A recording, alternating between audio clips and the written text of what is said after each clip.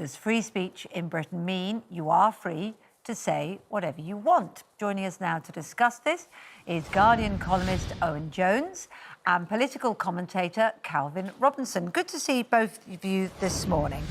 Let me come to you first of all, Owen. What do you think? Are people free to say whatever they want? Yeah, I mean, the right to freedom of speech is very important. People fought and struggled. People died fighting for freedom of speech in this country. And the rights to democracy that we have were won by our ancestors, our grandparents, our great-grandparents. They struggled at great cost.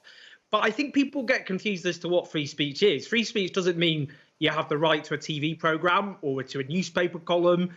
It doesn't mean that you have the right to any form of public platform. Most people in the country don't have a public platform, and they still have the right to freedom of speech. So when Katie Hopkins lost her job on LBC after what she said, because the right to free speech doesn't mean the right to freedom of speech without consequences, that wasn't an attack on her freedom of speech. She could carry on being as hateful and as nasty and bigoted as she wanted, and has continued to be, and hasn't been arrested for doing so.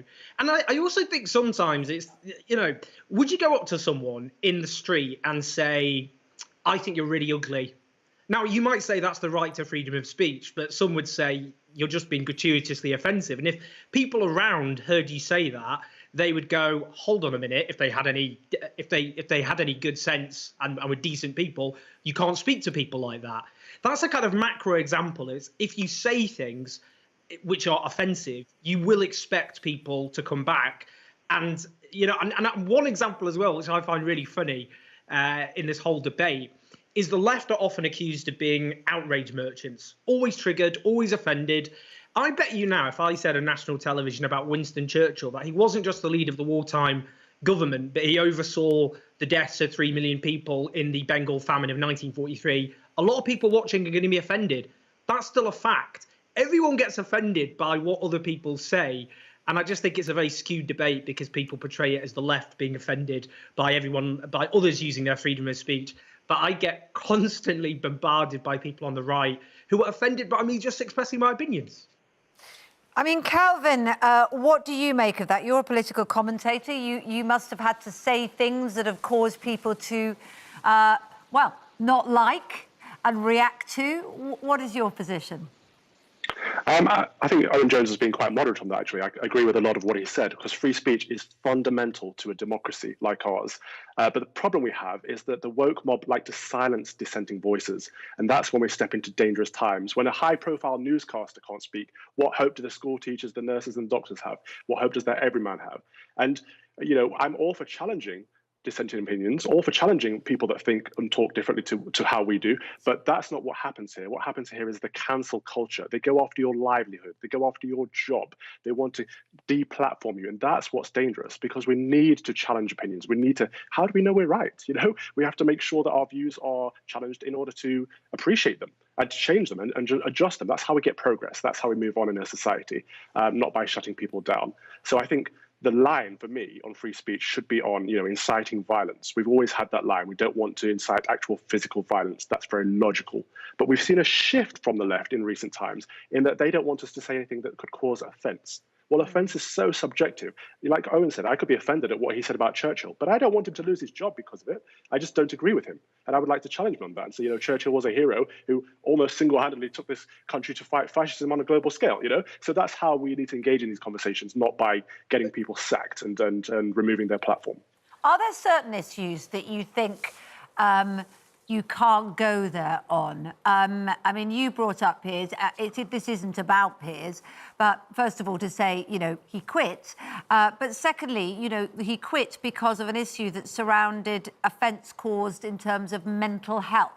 So is that something where you think it's an issue you can't go there on? You don't have freedom of speech, just in the same way we might say it about issues surrounding what people might say about race or other contentious issues? Not at all, because if we say there are certain topics that are off limits, then how do we know we're right? We've made such progress in race relations in this country because we've had conversations. We cannot say there's no blacks, no dogs, no Irish, because we understand now that that's wrong. We've had that debate and we've won it. And that's how you move forward in a society. If mental health is a serious issue at the moment, which it seems to be, then we need to have conversations around mental health. Why do people not believe people when they say they have mental health issues? Is there something that needs to be done to support people that make those claims and back it up with something? But like you said, the race issue is one in particular for me because, employers have taken on this bandwagon of Black Lives Matter recently. And if you don't subscribe to that Black Lives Matter mentality, then you can get cancelled. You can get removed from your job if you don't subscribe to mandatory unconscious bias training. And for me, that is wrong. That is forcing values and opinions on an individual. We need to respect people's rights to believe what they believe without pushing our beliefs onto them and let them challenge ours, let them come back at us. But to do that, we have to be able to cause offence. We have to have that freedom of speech. If we cannot cause offence, it's not freedom. Owen, is there subjects that you won't go through your own experience and understanding what happens if you do touch on a subject that is particularly sensitive to people? Is there sort of has that changed the way that you approach some of the things that you write about and some of the things you talk about, that you are wary of certain subjects? Well, look, let me be honest. I'm not getting a tiny violin out. I've been beaten up by far-right activists because of my opinions. There's someone serving a 2.5 year sentence as a consequence. I'm more than aware of the threats to freedom of speech and the fact that I've suffered violent retribution because of the things that I say. If I start talking about, as I've said, British history, the British Empire, about the millions who died in famines in India under British rule, people get offended. They send me death threats and threats of violence. It's just a fact. That's what happens. And I think the problem I have with this whole debate is this idea of there are things you cannot say, otherwise the mob come after you. And yet the things people are saying, which you can't talk about, are things we talk about all the time. I mean, look, most newspapers in this country say pretty derogatory things about Muslims. I know that because the studies show this. Refugees, migrants, trans people. I think the issue with trans people is a very, very important one because there are constantly, most newspapers in this country talk about trans people in very negative ways. They don't get cancelled. Well, you say they don't get cancelled, but maybe the point that's been made then is that actually what we should do is allow the debate to happen. Just as was said there, that, if the debate doesn't happen, we don't allow people to get a little bit offended, we never get there. But the point I'm making is one-sided because there are almost no trans newspaper columnists in this country, and yet we constantly hear trans people spoken about in that way. As a gay man, I'll give an example. It used to be a live debate that gay people were associated with paedophilia. That was a mainstream view. That helped justify Section 28 in this country. It helped justify in the 1970s an attempt to ban gay teachers. We would say now, of course we shouldn't be having that discussion or that debate. And we would also say it would have real life consequences because it would lead to gay people being attacked in the streets. It would lead to gay people being sacked from their jobs.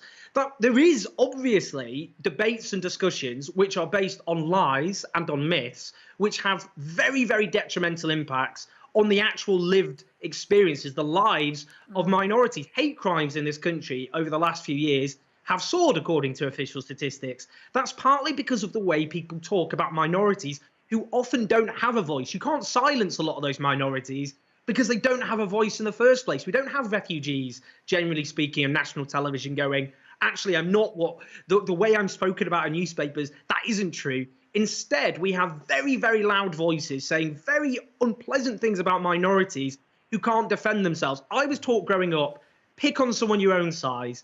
And yet all through the media, we constantly have people punching down, then they get challenged, and then they say, I'm the one being attacked, I'm the one being victimised, I'm the one being cancelled. I think this whole discussion is based on a lie.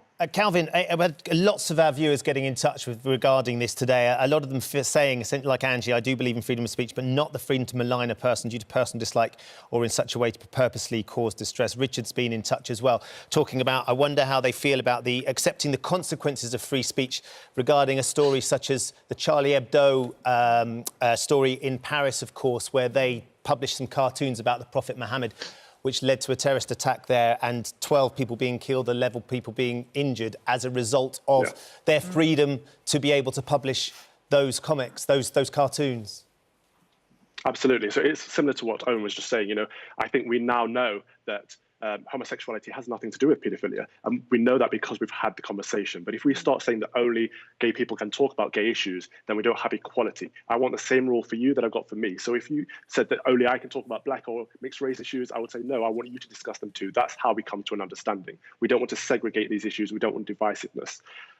As for the everyman, there has been polls recently that have suggested that most people in this country feel uncomfortable discussing their opinions in public. Most people, or the majority, are afraid of talking their mind because they're afraid of getting cancelled from their jobs, which is why it's so important for us in the media to have these discussions. We're not rattling on for no reason. We're speaking up for the people that are afraid of losing their livelihoods because they want to have these conversations, but they're too scared to.